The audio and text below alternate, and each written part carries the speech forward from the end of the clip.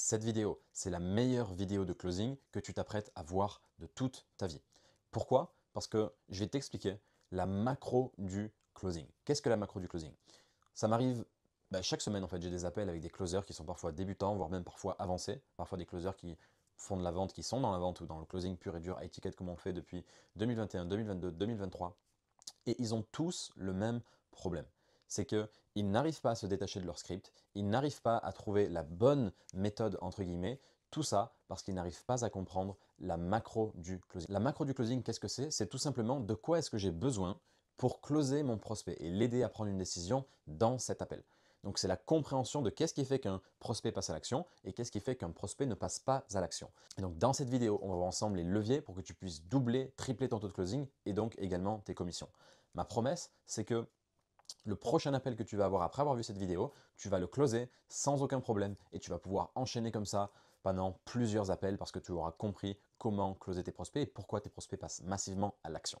Cette stratégie, avant que je t'explique exactement comment est-ce que tu peux l'utiliser, comment est-ce que tu peux closer sans script et tout simplement avoir de vraies conversations sans bullshit avec tes prospects, eh bien, sache qu'elle m'a rendu riche, entre guillemets, puisque à 25 ans, j'ai en effet pu donc déjà premièrement générer 1 million d'euros de chiffre d'affaires pour l'entrepreneur avec qui je travaillais, qui était Arnaud Angeli. J'ai surtout eu 62% de taux de closing en 2023, donc c'était pas sur toute l'année, c'était à peu près de avril, juin jusqu'en décembre. 62% de taux de closing, ça c'est sur les offres faites et sur tous les appels qu'on m'a envoyés, no-show y compris ou pas qualifié y compris. En tout, j'ai eu 40% de taux de closing, no-show compris.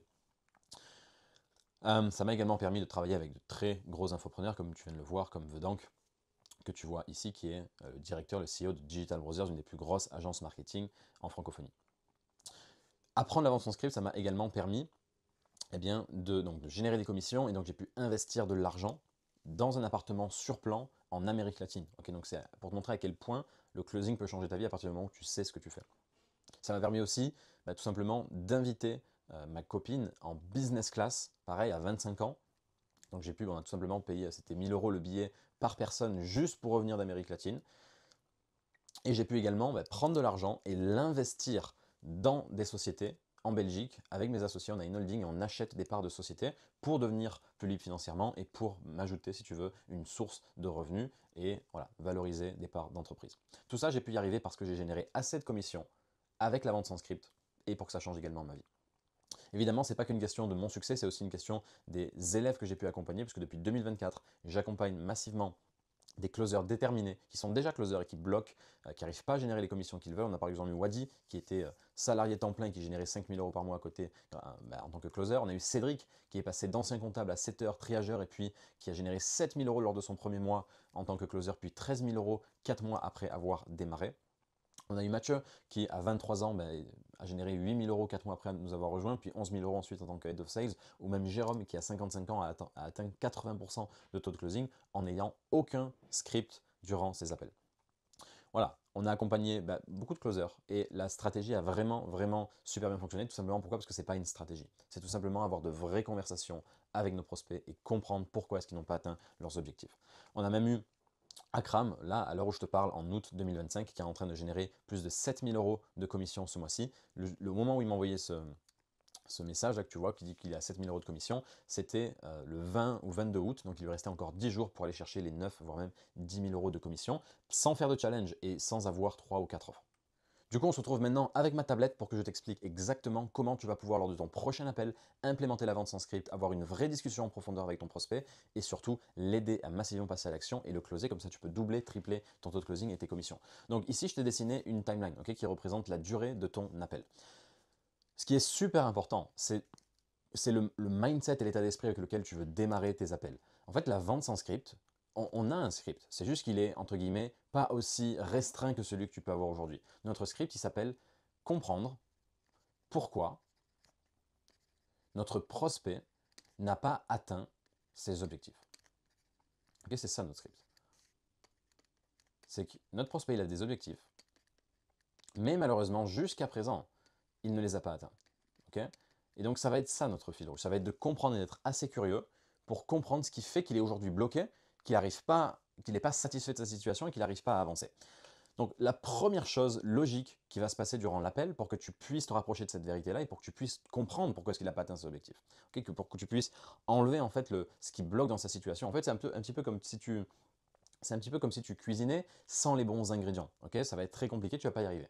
Et que tu avais un chef à côté de toi qui venait et qui te disait mais regarde, tu n'es pas en train de cuisiner avec les bons ingrédients, tu as besoin de ça, tu as besoin d'ajouter ceci, cela. Ok, bien en fait, tu as besoin de voir tes appels de la même manière. Ton prospect, il veut créer une recette particulière, il n'a pas les bons ingrédients, il a des ingrédients qui vont l'empêcher d'atteindre la recette qu'il souhaite faire, en fait, tout simplement. Et donc, toi, comme un chef cuistot, tu arrives et tu lui montres ce qui ne va pas pour qu'il puisse changer, accepter qu'il a la mauvaise recette, mettre en place la bonne et atteindre son objectif. Ok, donc ça, c'est vraiment le mindset macro que tu veux avoir, c'est que tu es là pour comprendre pourquoi ton prospect n'a pas atteint ses objectifs. Maintenant, voyons dans l'appel quelles sont les parties dans lesquelles... Maintenant, voyons en quoi ça se divise dans l'appel. Quelles sont les différentes parties par lesquelles tu as besoin de passer pour réussir à ça. Réussir à trouver pourquoi est-ce qu'il est bloqué, pourquoi est-ce qu'il n'a pas atteint ses objectifs et le faire changer. Alors, la première phase, donc évidemment, donc, tu as l'introduction qui est ici. Okay. Puis ensuite, tu as le cadrage dans lequel on explique exactement comment va se passer l'appel. Donc, on va pouvoir mettre ça en couleur. Donc, introduction, puis cadrage. Okay, donc ça, c'est la base, tu sais le faire. Et puis ensuite, on va démarrer. Une fois que l'on démarre, la première chose importante à avoir, ça va être le challenge. Okay, donc c'est la petite partie qu'il y a ici. Ça va être de venir et de comprendre qu'est-ce qui aujourd'hui l'empêche de dormir, entre guillemets. Est-ce que c'est qu'il n'a pas assez de prospects? Est-ce que c'est qu'il ne fait pas le poids qu'il voudrait faire? Est-ce qu'il n'a pas le physique qu'il voudrait avoir? Etc. Okay, la première chose qu'on veut comprendre durant l'appel, c'est pas son objectif, c'est pas pourquoi est-ce qu'il a cliqué sur la publicité, non, c'est quel est le challenge qui, entre guillemets, l'empêche de dormir aujourd'hui. Okay, ou si c'est une niche, par exemple, make money ou reconversion professionnelle, c'est qu'est-ce qui se passe dans leur vie actuellement qui leur a donné envie de se lancer dans ce nouveau business ou cette nouvelle compétence, entre guillemets. Okay, donc, introduction, puis le cadrage, puis le challenge. Okay, super important. Sans challenge, ton prospect, qu'est-ce qu'il va faire? Il va rationaliser, il va te faire croire qu'il n'a pas de challenge, il va tout simplement, au bout de 20 minutes, te dire « Ah oui, non, mais au final, j'ai pas vraiment de problème ou j'ai pas besoin de ceci, etc. » C'est super important que dès le début de l'appel, tu valides avec lui qu'il a un challenge. Ça permet de descendre, entre guillemets, son ego, lui faire accepter qu'il a un challenge et revalider avec lui que, oui, il n'est pas là par hasard, il est là parce qu'il a un challenge bien précis. Okay, et donc, c'est là où ça devient intéressant, c'est que maintenant, on rentre dans la phase, entre guillemets, la plus longue de l'appel qui va être la collection de data. Alors ça va dépendre en fait de la niche sur laquelle tu es, mais en fonction de la niche sur laquelle tu es, ça peut être plus ou moins long. Ça peut prendre 5 minutes, 2 minutes par exemple, sur des offres fitness ça va être entre 2 et 5 voire 10 minutes. Sur des offres B2B ça peut aller à 10 minutes, 15 minutes, 20 minutes s'il faut. Mais en fait tu vas avoir besoin de toutes les informations précises sur la situation actuelle de ton prospect. Pourquoi? Parce que comment vas-tu savoir, donc on va l'appeler data, comment vas-tu savoir pourquoi est-ce que ton prospect n'a pas atteint ses objectifs si au final tu ne sais pas combien est-ce qu'il gagne par mois, combien est-ce que d'heures il travaille par semaine, par jour, si tu ne sais pas est-ce qu'il a une compagne, des enfants, si tu ne sais pas depuis combien de temps est-ce qu'il a ce problème-là, depuis combien de temps est-ce qu'il veut atteindre ses objectifs, comment est-ce que tu vas réussir tout simplement à trouver la vérité sur ton prospect et sur pourquoi est-ce qu'il n'a pas atteint ses objectifs si tu n'as pas une vue claire de sa situation? Bah, en fait, c'est tout simplement impossible. Donc, cette première grosse phase de l'appel, on l'appelle la phase de collection de données, collection de data gathering, tu peux l'appeler comme tu veux. Le but, c'est de noter avec ton stylo sur tes notes, okay, à la main, de noter les datas précises de ton prospect. Premièrement, pour pouvoir lui retourner et lui dire, ok, donc tu gagnes X euros par mois, tu es salarié, tu travailles pour un patron, tu travailles X heures par semaine, ça fait X temps que tu veux changer les choses, etc. Est-ce que c'est bien ça? Oui. Ok, on veut en fait engranger de la data factuelle de notre prospect pour qu'il ne puisse rien dire par rapport à ça. C'est sa situation actuelle, c'est lui qui nous donne des informations et on veut la valider avec lui pour que sa confiance envers nous augmente. Parce que lorsqu'on lui donne une information qu'il vient de nous donner, on ne l'invente pas, c'est lui qui nous l'a donnée à la base. Okay, donc ça, c'est une des phases les plus importantes de l'appel. C'est de collecter la data pour avoir de la clarté sur leur situation. La phase d'après, ça va être tout simplement de comprendre du coup pourquoi est-ce qu'il n'a pas atteint ses objectifs via la data qu'on a pu récupérer. Okay, donc ça, c'est la phase de révélation où notre prospect va devoir comprendre pourquoi est-ce qu'en fait il est dans cette situation. Donc on a noté de la data, on sait exactement quelle est sa situation actuelle. On sait exactement depuis quand il a le problème, on sait comment est-ce que ça l'impacte, on sait quelles sont les douleurs qu'il a via ce problème-là, comment est-ce qu'il se sent, etc. Okay, ça fait partie de la data. La partie douleur, la partie comment est-ce qu'il se sent, la partie émotionnelle fait partie de cette partie de data où on a besoin de comprendre tout ça. La révélation, ça va être de comprendre, c'est le fameux cause à effet. Okay, c'est même pas une théorie en fait, c'est que la loi de la cause à effet dit que pour qu'il se passe quelque chose, on doit avoir un effet sur... Il doit se passer quelque chose d'autre. Okay, donc si ici, il y a, je sais pas moi, un pétard qui explose, eh bien l'effet va être que ça va faire du bruit, okay, par exemple. Okay, donc ça, c'est l'effet de cause à effet. Donc, si ton prospect est dans cette situation, ou qu'il a pris telle ou telle décision, ben, ça fait qu'il a tel résultat. Okay, donc c'est ça, c'est la cause and effect. Dans la révélation, on va devoir l'aider à comprendre et qu'il se rende compte pourquoi est-ce qu'il est dans cette situation. Okay, donc je vous donne un exemple. Imaginons que tu parles à un salarié, okay, qui est salarié depuis 10 ans, et il veut se reconvertir professionnellement. Dans l'appel, il ne te dit pas qu'il est dans cette situation parce qu'il n'a pas changé les choses. Il ne te dit pas qu'il est dans cette situation parce qu'il a accepté d'être confortable. Il ne te dit pas qu'il a la vie de monsieur et madame tout le monde parce que tout simplement il a juste fait comme ses proches faisaient. Il avait peur de sortir un petit peu des sentiers battus, etc. Okay, il ne te dit rien de tout ça. Il répond à tes questions et tout simplement il acquiesce les datas que tu récupères. Comment est-ce que tu vas faire pour l'engager à changer sans qu'il comprenne pourquoi est-ce qu'il est dans cette situation? Ben, en fait, ça va être compliqué parce que si tu l'engages en lui disant est-ce que tu veux changer, il va te dire bah oui, je veux changer. Sauf que à la fin de l'appel, qu'est-ce qui pourrait se passer? Il pourrait se passer qu'il va juste continuer de prendre le même type de décision qu'il a l'habitude de prendre. Pourquoi? Parce qu'il n'est pas entrepreneur, il ne s'est jamais reconverti professionnellement. Et donc il a besoin de comprendre cette révélation qui est que bah, il est dans cette situation parce qu'il est salarié, il a un patron, il ne peut pas prendre de vacances quand tu veux parce qu'il est salarié, qu'il a accepté cette zone de confort, ou peut-être que ses peurs l'ont surmonté, ou peut-être que il a tout simplement accepté cette situation et que du coup, il est resté salarié. Et tant qu'il ne va pas comprendre ça, tant que ça ne va pas être verbalisé durant l'appel, il ne va pas avoir cette espèce d'ampoule dans sa tête qui s'allume en mode « Oui, mais, ah ouais, mais en fait, en effet, je suis dans cette situation parce que je l'ai accepté. J'ai accepté d'être là, j'ai accepté de ne pas surmonter mes peurs, j'ai accepté d'être confortable et j'ai accepté d'avoir des standards peut-être faibles ou de la jouer small, en fait, tout simplement. » Okay, et donc, tu as besoin, dans ton appel, d'avoir cette discussion. C'est là la discussion en profondeur, en fait, c'est cette discussion en profondeur sur comment ça se fait que depuis X temps, donc regarde, la formule c'est comment ça se fait que depuis X temps, il a tel problème, il se sent Y émotion, et qu'il n'atteint pas Z objectif. Okay, donc ça, tu pourras l'utiliser si tu veux dans tes appels. Donc la question que tu peux lui poser pour créer cette révélation, c'est de lui dire, Monsieur Prospect, selon toi, comment ça se fait que depuis 6 mois, bah, tu te sens très mal dans ta peau, tu as honte du regard des autres, tu n'as pas confiance en toi, ce qui t'empêche au final bah, de vivre à ton plein potentiel, de trouver le compagnon de tes rêves, etc. Selon toi, comment est-ce que ça se fait? Et donc, cette phase-là de l'appel, on va les aider, comme tu le vois ici, à comprendre ce qui fait qu'ils sont bloqués. Okay, c'est la révélation. Et là, il y a quelque chose de magique qui s'installe à ce moment-là, tu sais ce que c'est? C'est que tu ne vas pas passer à la suite tant que ton prospect n'accepte pas cette révélation. Pourquoi? Parce que, à ton avis, s'il te dit que non, il n'est pas dans cette situation parce qu'il n'est pas sorti de sa zone de confort, non, il n'est pas dans cette situation parce qu'il n'a pas surmonté ses peurs ou je ne sais quoi, non, il n'est pas dans cette situation parce qu'il a de l'ego ou je ne sais pas quoi, non, il n'est pas dans cette situation parce que X, Y, Z possibilité, eh bien, il va tout simplement pas te respecter. Et donc, à ce stade de l'appel, si ton prospect n'accepte pas la réalité, il ne voit pas cette espèce d'éléphant rose dans la pièce en mode putain, mais oui, en fait, ce qui m'a bloqué, c'est mon ego. Ce qui m'a bloqué, c'est mes peurs, c'est que je ne les ai pas surmontées.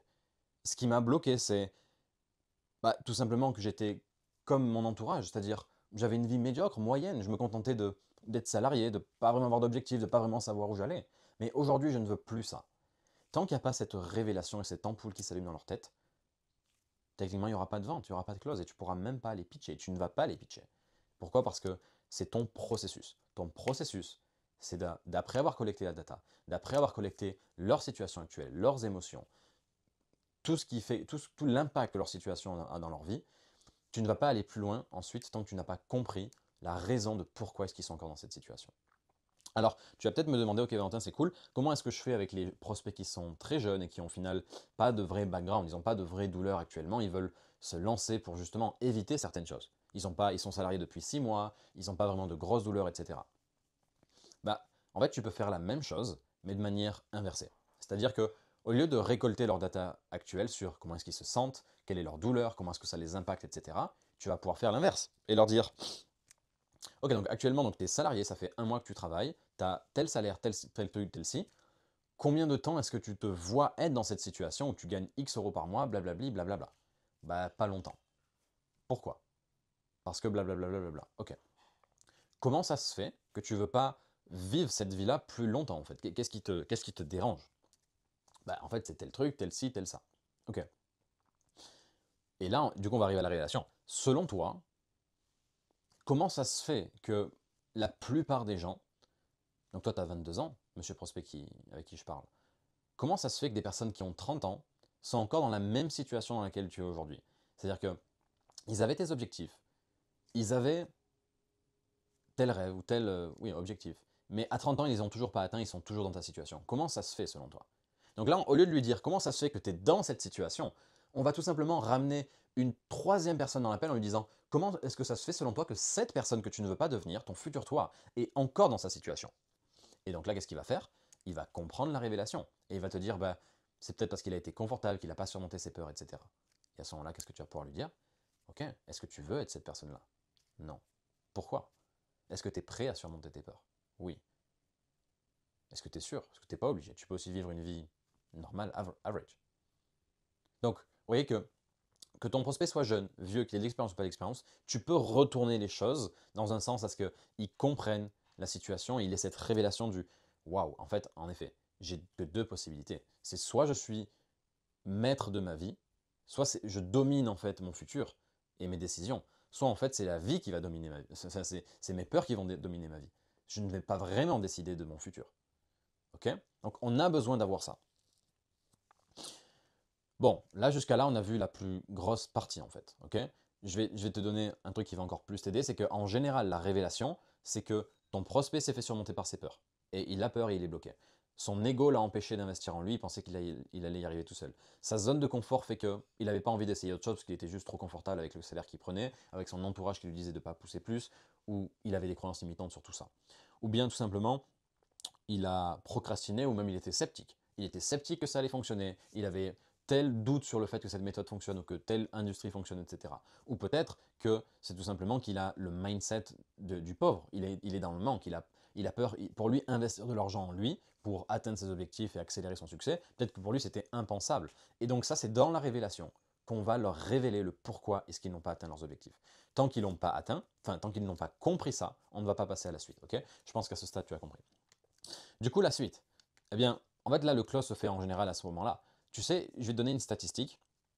Ça ne m'est quasiment jamais arrivé de mettre le doigt au bon endroit sur la douleur de mon prospect, sur sa révélation, c'est-à-dire lui dire, mec, ton problème, c'est tel truc, tu as accepté ça pendant X temps, c'est pour ça que tu es dans cette situation. Ça ne m'est quasiment jamais arrivé que mon prospect me dise, oui, tu as raison, tu as raison, ça doit être ça, c'est ça.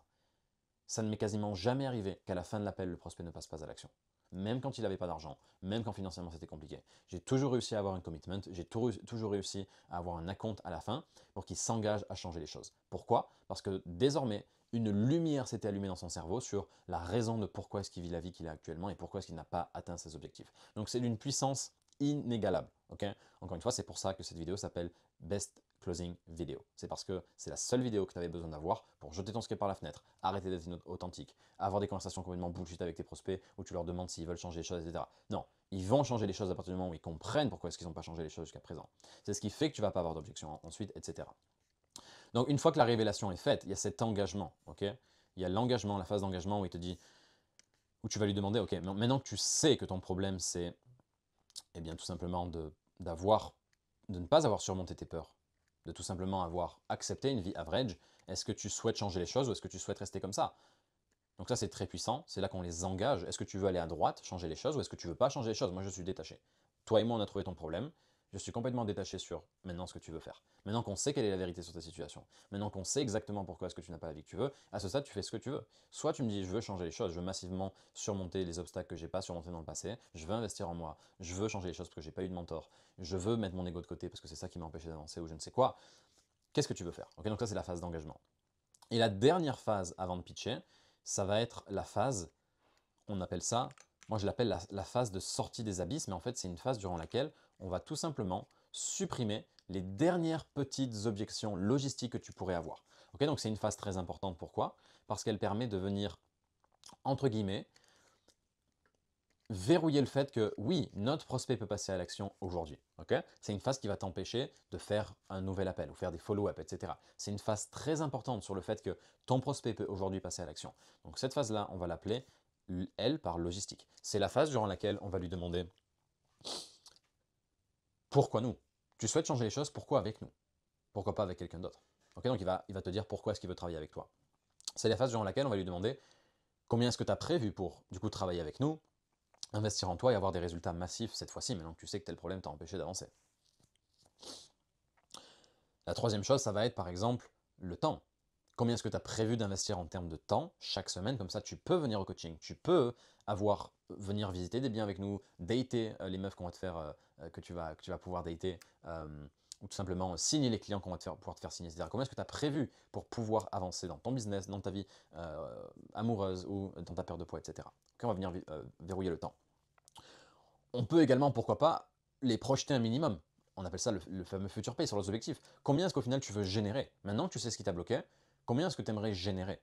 C'est-à-dire, combien est-ce qu'il te faut pour pouvoir du coup changer de vie? Combien est-ce qu'il te faut pour te sentir bien dans ton corps? Combien est-ce que tu aimerais, quel genre de fille est-ce que tu aimerais rencontrer pour te dire, ok, celle-là, je peux la marier, etc. Ok, là, on va venir les projeter sur leur objectif. Donc, il y a un côté de positif où ils se disent, ok, oui, c'est possible.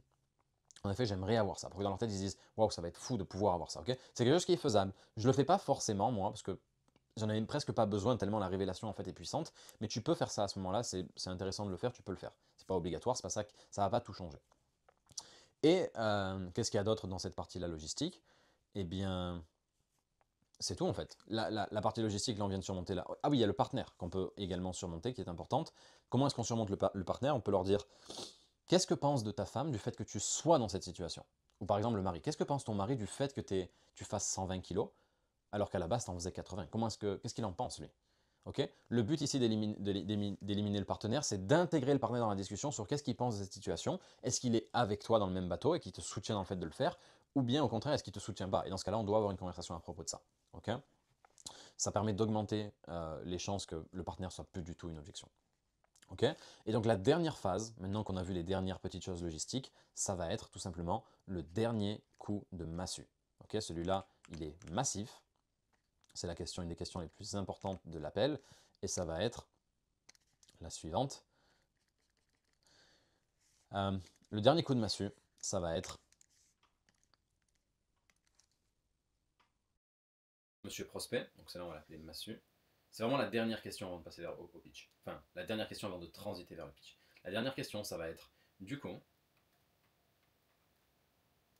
pendant encore combien de temps tu es OK, Monsieur Prospect, d'avoir X problèmes, que ça t'impacte de Y manière, mais surtout que ça te vole l'opportunité ABC. Ok, je te donne un exemple. Du coup, Jean-Marie, pendant encore combien de temps est-ce que tu es OK de vivre une vie de salarié lambda qui gagne 1800 € par mois, de te sentir pas épanoui dans ton travail, de savoir en plus de ça qu'en tant que père de famille, tu peux pas emmener tes enfants au ski chaque année, en vacances, etc. Et au final, te voler l'opportunité de vivre ta meilleure vie et avoir une vie épanouie et heureuse avec ta famille. Pendant encore combien de temps, Jean-Marie? Ça, c'est la dernière question coup de massue. Et je te garantis qu'elle va te permettre de closer beaucoup de prospects, surtout d'éviter beaucoup d'objections. Je dois y réfléchir. Parce qu'après leur avoir dit ça, je te garantis qu'ils n'auront plus envie d'y réfléchir. Ok? Écoute, à partir de là, il est temps pour toi de transiter vers le pitch, de pitcher, et je te garantis que tu n'auras plus d'objections parce que ton prospect a maintenant compris pourquoi est-ce qu'il avait cette vie-là. Et c'est ça le meilleur script que tu peux suivre. C'est trouver la vérité, trouver pourquoi ton prospect n'a pas atteint ses objectifs jusqu'à présent. Voilà. J'espère que la promesse que je t'ai faite en début de vidéo est donc désormais remplie. J'espère que tu vas appliquer ça massivement. N'hésite pas à nous poser tes questions dans les commentaires ou même sur School si tu es dans la communauté. Il y a un lien dans la description pour le rejoindre si tu ne l'es pas encore. Je te garantis que changer ça et appliquer ça dans tes appels va tout changer pour toi. Tu vas doubler, tripler tes commissions, tu vas prendre du plaisir à faire tes appels, parce que du coup, chaque discussion sera désormais, ok, j'ai un nouveau prospect en face de moi, un nouvel humain, une nouvelle histoire à découvrir, de nouvelles datas à collecter, une nouvelle situation à collecter, une nouvelle révélation à faire sur pourquoi mon prospect n'a pas atteint ses objectifs. Applique-le et vois ton taux de closing exploser. C'était Valentin, on se retrouve dans une prochaine vidéo. Merci de ta confiance. Bye bye.